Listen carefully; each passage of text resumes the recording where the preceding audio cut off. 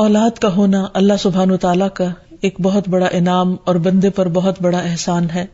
اسی لیے ہم دیکھتے ہیں کہ اولاد انسان کے لیے اگر نیک ہو تو راحت، رحمت، آرام اور چین اور آنکھوں کی ٹھنڈک کا ذریعہ ہوتی ہے. اگر کسی کی اولاد نہ ہو تو اس کے لیے بھی دعا سکھائی گئی ہے، اور وہ دعا ابراہیم علیہ السلام کی دعا ہے جس میں وہ کہتے ہیں رب ہب لی من الصالحین، اے میرے رب مجھے نیک اولاد عطا فرما، صالح لوگوں میں سے عطا فرما. فبشرناہ بغلام حلیم، تو ہم نے اسے ایک بردبار بیٹے کی بشارت دی. یعنی اللہ سبحانہ وتعالیٰ نے ان کی دعا سن لی، اور یہ دعا بہت عرصے کے بعد سنی گئی تھی لیکن بہرحال سن لی گئی.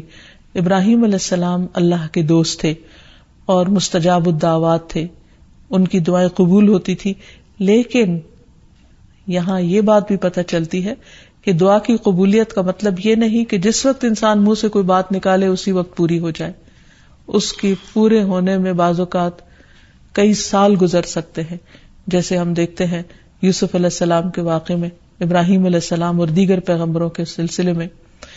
اور پھر ہم اس بارے میں یہ بھی دیکھتے ہیں کہ جس طرح ابراہیم علیہ السلام کی دعائیں قبول ہوئی تو انہوں نے اپنے رب کا اس پر شکر بھی ادا کیا اور فرمایا الحمدللہ الذی وہب لی علی الکبر اسماعیل و اسحاق ان ربی لسمیع الدعاء، کہ اللہ کا شکر ہے جس نے مجھے بڑھاپے میں اسماعیل اور اسحاق جیسی اولاد دی، بلا شبہ میرا پروردگار دعائیں سننے والا ہے. اور حقیقت یہ ہے کہ اللہ تعالیٰ پیغمبروں کی بھی سنتا ہے اور پیغمبروں کے علاوہ باقی لوگوں کی بھی دعائیں سنتا ہے.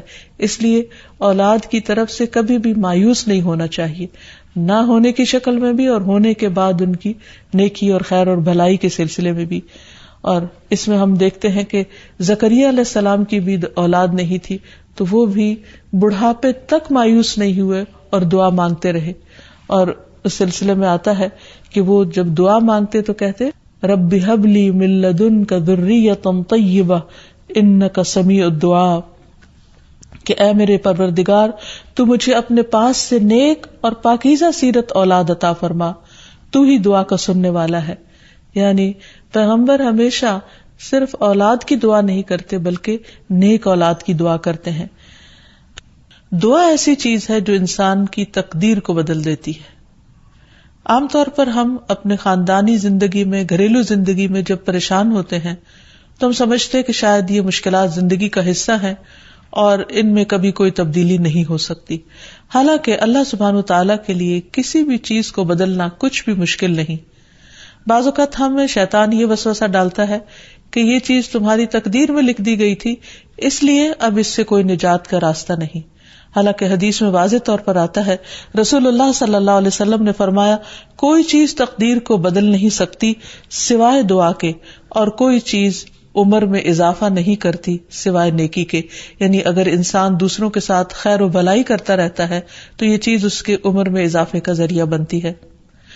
تو بات یہ ہے کہ جب بھی ہم اپنے خاندانی حالات، گھریلو زندگی، اپنے ازواج یا اولاد کے سلسلے میں کچھ بھی پریشان ہو تو اللہ سبحانہ وتعالیٰ سے خوب خوب دعا کریں، اور دعا سے پہلے اللہ تعالیٰ کی حمد و ثنا بیان کریں. نا امید نہ ہو، اللہ سے اچھا گمان رکھیں اور وہ دعائیں پڑھتے رہیں جو حضرت زکریا علیہ السلام نے اور پڑھی تھی، لم اکن بدعائک ربی شقیہ کہہ کے، پھر اس کے بعد ربی حب لی من لدنک ذریۃ طیبہ. اور صالح اولاد کی دعائیں جو ہیں وہ ایک کارڈ کی شکل میں بھی اللہ تعالیٰ نے چھاپی ہوئی ہیں.